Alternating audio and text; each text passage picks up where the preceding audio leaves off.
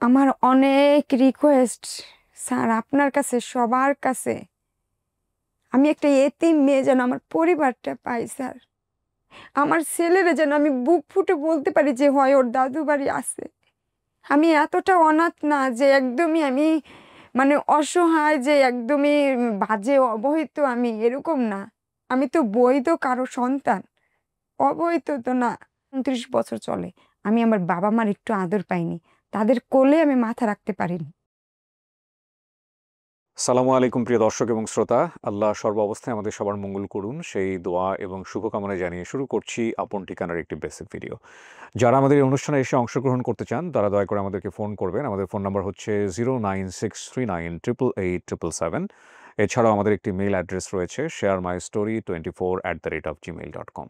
Studio of creative arts limited আপনাদের জন্য নির্মাণ করে চলেছে অনুষ্ঠানটি বিগত 4 বছরেরও বেশি সময় ধরে, এবং এখানে এসে অনেক ভাই অনেক বোন পরিবারে ফিরে গেছেন। এই সংখ্যা প্রায় 500-রও বেশি। আমি কথা বাড়াবো না। যিনি আজকে আমাদের সঙ্গে রয়েছেন, চলুন আমরা তার গল্পটা আপনাদের সামনে তুলে ধরার চেষ্টা করি। জি, প্রথমে আপনার নামটা একটু বলেন। ইতি আক্তার। ইতি আক্তার। বয়স আনুমানিক? 29 চলে। সো ইতি আক্তার, এটা কি বাবা মায়ের দেয়া নাম? আমি ছোটতেই জানি আমার নাম ইতি আক্তার। আর বাবার নাম কি ছিল? বাচ্চু মিয়া। বাচ্চু মিয়া। মায়ের নাম? লিপি বেগম। আপনার যে জন্ম তারিখটা এখানে আপনি লিখেছেন, এটা তো আপনি 100% শিওর না। জি, আমি যখন ওই অপরাজয় বাংলাদেশে যখন বড় হয়েছি তখন আমি দেখতেছি ওই ফাইলে আমার দিয়ে দিয়েছে আর কি। ওকে, হ্যাঁ। শুধু বাবার নাম আর মায়ের নাম মনে আছে, আর কিচ্ছু মনে নেই? না। এবং ওখানকার পেপারে শুধু বাবার মায়ের নামই আছে, হ্যাঁ। আর কিচ্ছু নাই? না।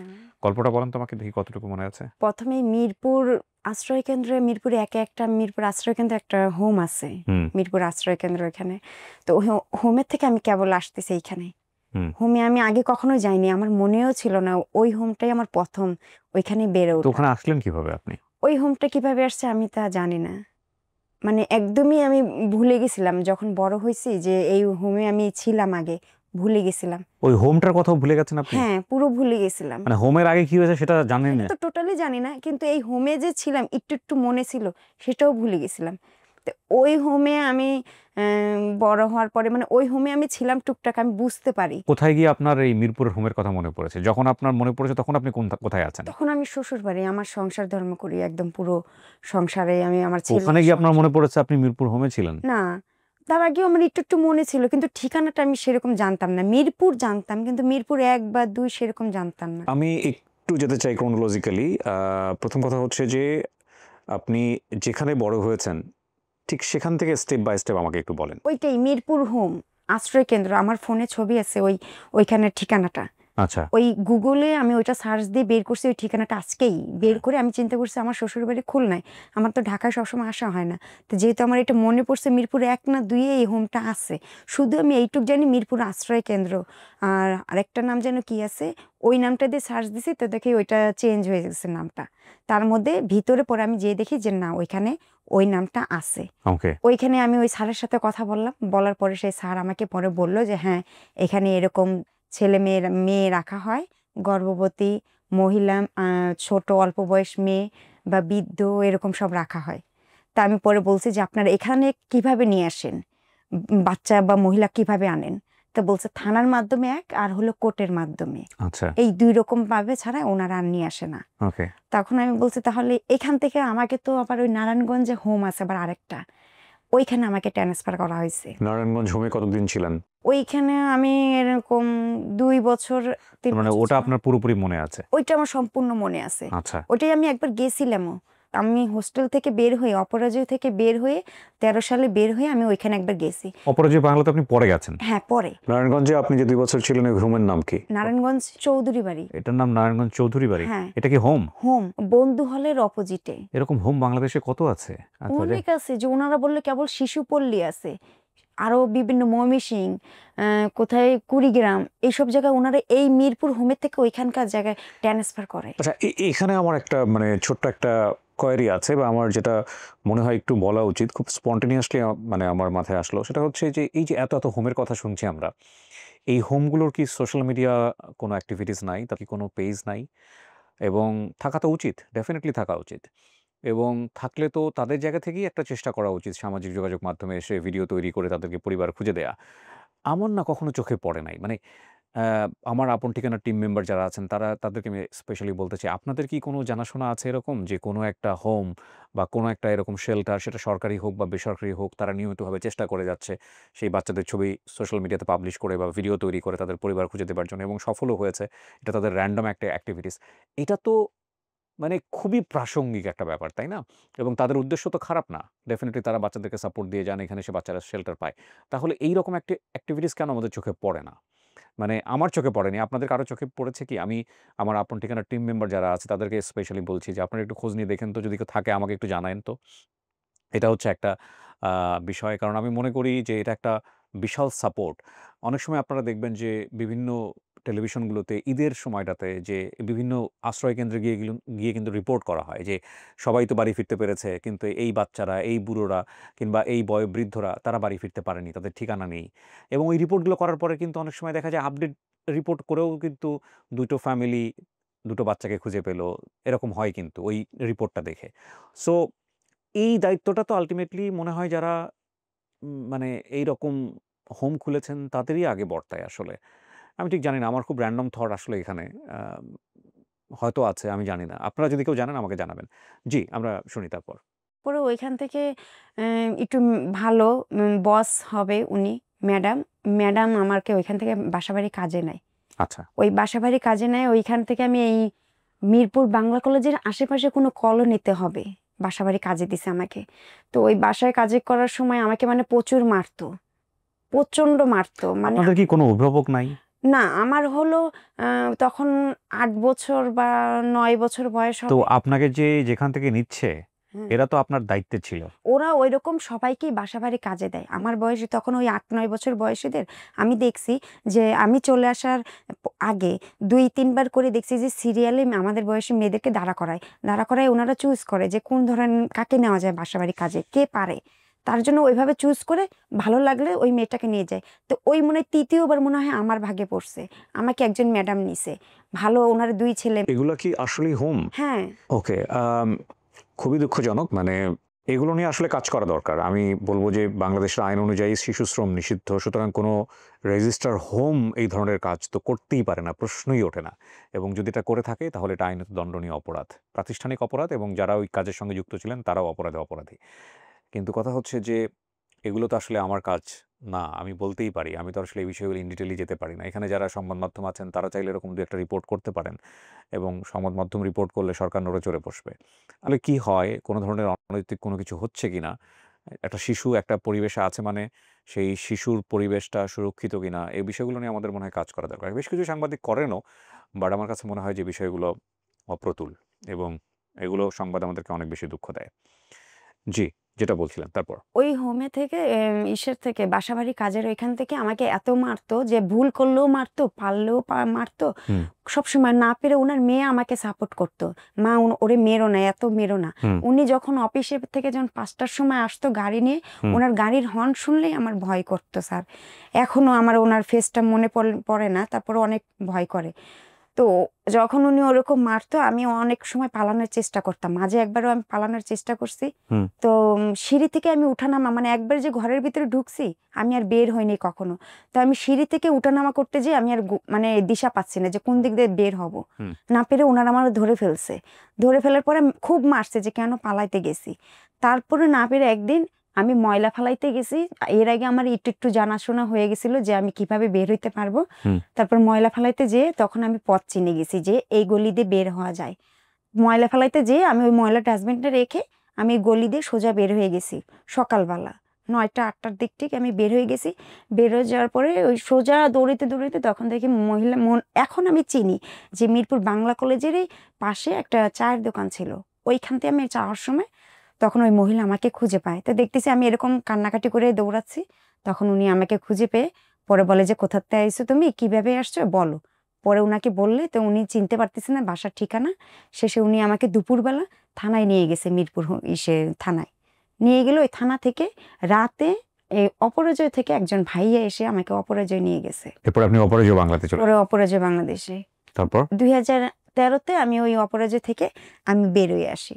আমি একটা পার্লারের কাজ শিখে আমি ওইখান থেকে বের হয়ে আসি। 2013-তে ক বছর ছিলেন ওখানে? ওখানে এই 8 বছর, 2006 থেকে 8 বছর, 13 পর্যন্ত ছিলাম, 8 বছর বয়স। আচ্ছা, তারপর? তারপরে সেখান থেকে আমার এই পার্লারের কাজ শেখা হয়। শেখার পর থেকে আমি একা একাই ডিসিশন, যেহেতু আমার ফ্যামিলি কেউ নেই, একা একাই পরে আমি বিয়ে করি গ্রামের একটা ছেলেরে। গ্রামে যে ছেলেটাকে বিয়ে করলেন ও কি জানতো আপনার সম্পর্কে? সব জানতো যে আমার ফ্যামিলি বলতে কেউ নেই।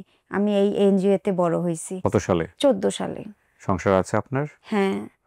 কোনো সমস্যা হয় না এই পরিচয়ের কারণে? না, আমার এমনি শ্বশুর বাড়ির দিক দিয়ে স্যার অনেকেই অনেক কথা বলে। আমার যা, ননদ, আশেপাশে কাকি শাশুড়ি, জ্যাঠা শাশুড়ি, মানে সবাই কথায় কথায় ওইরকম বলে যে আমার জন্মের ঠিক নেই স্যার।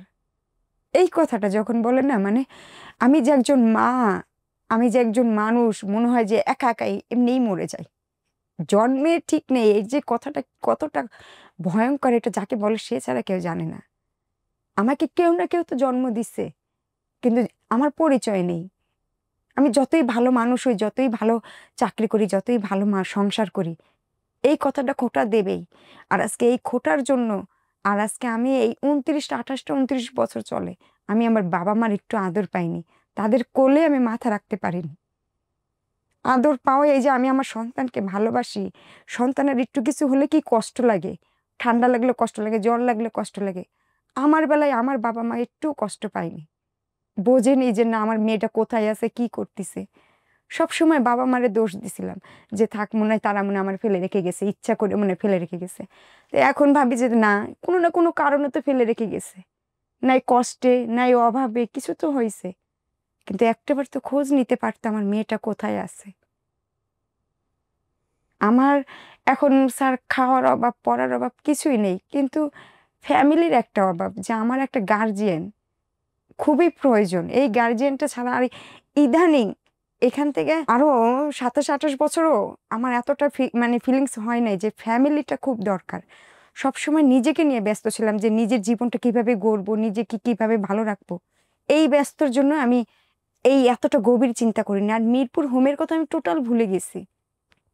ওই স্যারের কাছে যে আমি গেছি, সেই স্যার আমাকে বলল আপনাকে হতে পারে কোনো থানা থেকেই নিয়ে আসছে, কেননা এইখানে আমরা ফ্যামিলিগত জানা কাউকেই আমরা রাখি না। একদম ছোটবেলায় আপনাকে থানা থেকে কেউ দিয়ে গেছে। নারায়ণগঞ্জে গিয়ে আপনার বলা যায় না যে আপনারা কোথা থেকে নিয়ে আসছেন আমাকে না, চৌধুরী বাড়িতে? এখানে টোটাল বন্ধ ছিল আমি যখন গেছিলাম। এখন বলে ছেলেদের রাখে। তো ওই স্যার বলতেছে যে আপনি একটু আপনি নাম দুটো কোথায় পেলেন, বাবার নাম মায়ের নাম? এইটা আমি যখন ওই অপরাজেয় বাংলাদেশে আমি যখন বড় হয়ে গেছি, হ্যাঁ। 12, 13, 15 বছর যখন আমার চলে, তখন তো আমি ওইখানেরই অনেক বড় হয়ে গেছি। তখন আমি একা একা ফাইল ঘাটাঘাটি করে দেখি যে আমার বাবার নামে এরকম, সবারই প্রতিটা ফাইল থাকে। তখন আমার ফাইলে দেখি আমার বাবার নাম অমুক, মার নাম অমুক, শুধু এইটুকুই লেখা স্যার, আর কিচ্ছু লেখা নেই। আর আমার কিচ্ছু মনেও নেই। কিন্তু আমার একটু মনে আছে শুধু, আমার মনে হয় আবসা আবসা যে আমি মাটির ঘরে ছিলাম। আমার মনে আছে যে আগে দস্তার গ্লাস ছিল, কেমন ওই দস্তার গ্লাসে আমি দুধ খাইছি, কেন জানি শুধু এইটুকু আমার মনে পড়ে স্যার। মানে এছাড়া আমার আর কিচ্ছু মনে নেই, মার ফেস বা এলাকার নাম কিচ্ছু মনে নেই। আমি মানে যখন আমি জ্ঞানও তো জানি যে এই এইটা আমার জিনিস বা এটা আমার জিনিস, তখনই আমি ওই মিরপুর হোমটা পাইছি। এই যে আজকে যে মিরপুর হোমে গেছি, মিরপুর হোমটা আজকে সে বহু বছর হয়ে গেছে, বিল্ডিংও ভেঙে চেঞ্জ করে ফেলেছে। তারপরে যে ওইখানকার যে মানুষগুলো আছে, মহিলারা, বৃদ্ধ মহিলা দেখলাম, প্রতিবন্ধী মহিলা দেখলাম, তো ওদেরকে দেখে মানে ওদের ওই গন্ধটা আমার এখনো মনে আছে যে এখানে আমি বড় হয়েছিলাম, ফ্লেভারটা আমার এখনো মনে আছে। কিন্তু একটা মা বাবার কথাটাই আমার স্যার মনে নেই, যে তারা দেখতে কেমন, মার নাম বা সত্যি এলাকাটার নাম কি আমি কিছুই জানি না।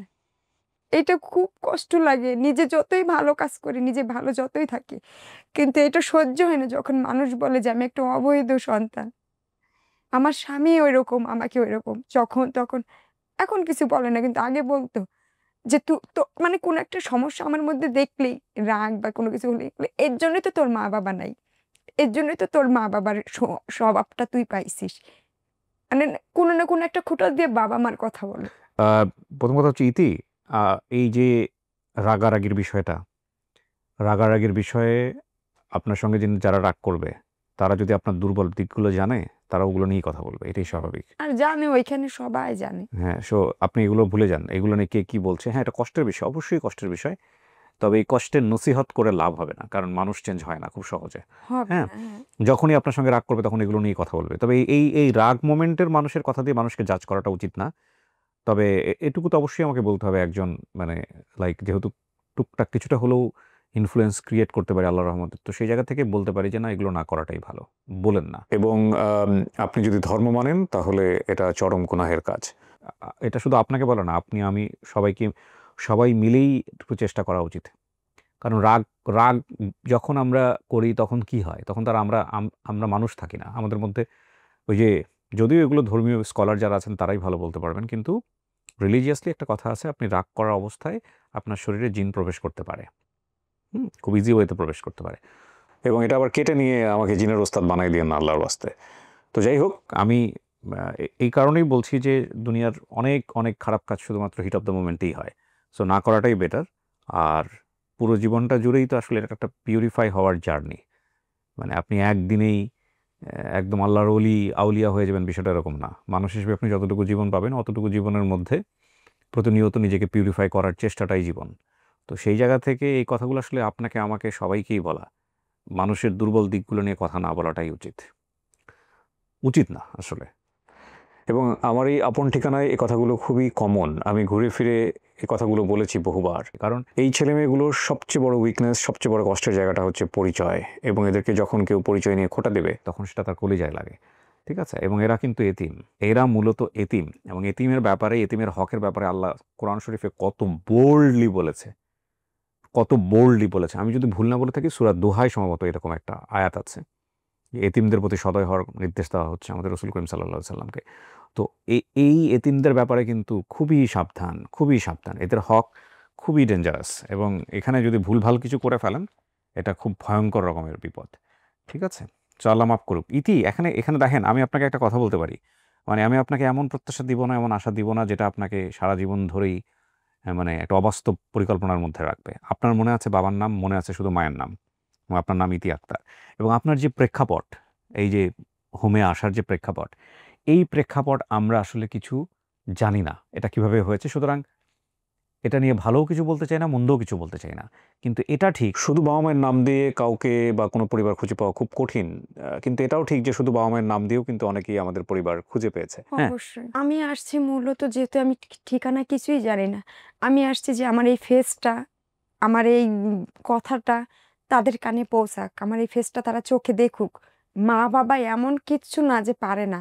বাবা-মা সন্তানের যত বড় হোক, সন্তানের কিছু না কিছু তাদের কাছে চোখে পড়বে। না ডেফিনিটলি। এবং আপনার বাবা-মা যদি এই অনুষ্ঠানটা সম্পর্কে জানে, হ্যাঁ। তারা যদি অপেক্ষায় থাকে যে আমার মেয়ে কোনো একদিন আসবে, বা এই নামগুলো যদি সঠিক হয়ে থাকে, তাহলে আপনাকে দেখে তারা চিনতেই পারবে। এবং ডেফিনিটলি আপনি তাদেরকে দেখলে চিনবেন না, খুব স্বাভাবিক। সেক্ষেত্রে কিন্তু দেখলে আমি চিনতে পারবো। বাবার চেহারা মনে আছে, আপনার মায়ের না, চেহারা? না, দেখলে দেখলে হয়তো মনের মধ্যে বলছেন পালস হবে। তারপরেও আমি বলব, যদি কেউ আসে তাহলে ডিএনএ টেস্ট বাধ্যতামূলক হয়ে যাবে আপনাদের। নিজেরা হয়তোবা করে নেবেন, সেটা অন্য বিষয়। আমরা আসলে দেখতে চাই প্রচারের পরে কি ঘটে। এখানে প্রিয় দর্শক এবং শ্রোতা, আমরা আসলে নেগেটিভ কোনো কিছু চিন্তা করব না। তিনি অসীম ক্ষমতার অধিকারী। তিনি যা ঘটাতে পারেন তা আমাদের চিন্তার বাইরে। এটা আপনারা আপনাদের নিজের জীবন দিয়ে উপলব্ধি করুন, নিজের জীবনের জায়গাতে বসান, যে যারা বিশ্বাসী আছেন যে তার দ্বারা কি করা সম্ভব। ঠিক আছে? সুতরাং এই আপন ঠিকানায় কি হয়েছে, ইতির কতটুকু মনে আছে, এটা নিয়ে আসলে আমাদের জায়গা থেকে, স্ট্যাটিস্টিক্যাল ল্যাঙ্গুয়েজ থেকে, পরিসংখ্যানের ভাষায় কতটুকু সম্ভাবনা আছে সেটা চিন্তা না করে বরং তাওয়াক্কালতু আলাল্লাহ। ঠিক আছে? আর কিছু বলবেন নাকি সব বলছেন? আকুতি থেকে যাবে, এবং আমার মনে হয় যে আকুতিটা নিয়েই আপনি বাড়ি ফিরে যান। তাওয়াক্কালতু আলাল্লাহ। আমরা বরং একটা ভালো সংবাদের প্রত্যাশায় থাকি। প্রিয় দর্শক এবং শ্রোতা, সবাই মিলে আমরা চেষ্টা করি। একটা ভালো সংবাদের প্রত্যাশা এখানেই শেষ করছি। আসসালামু আলাইকুম।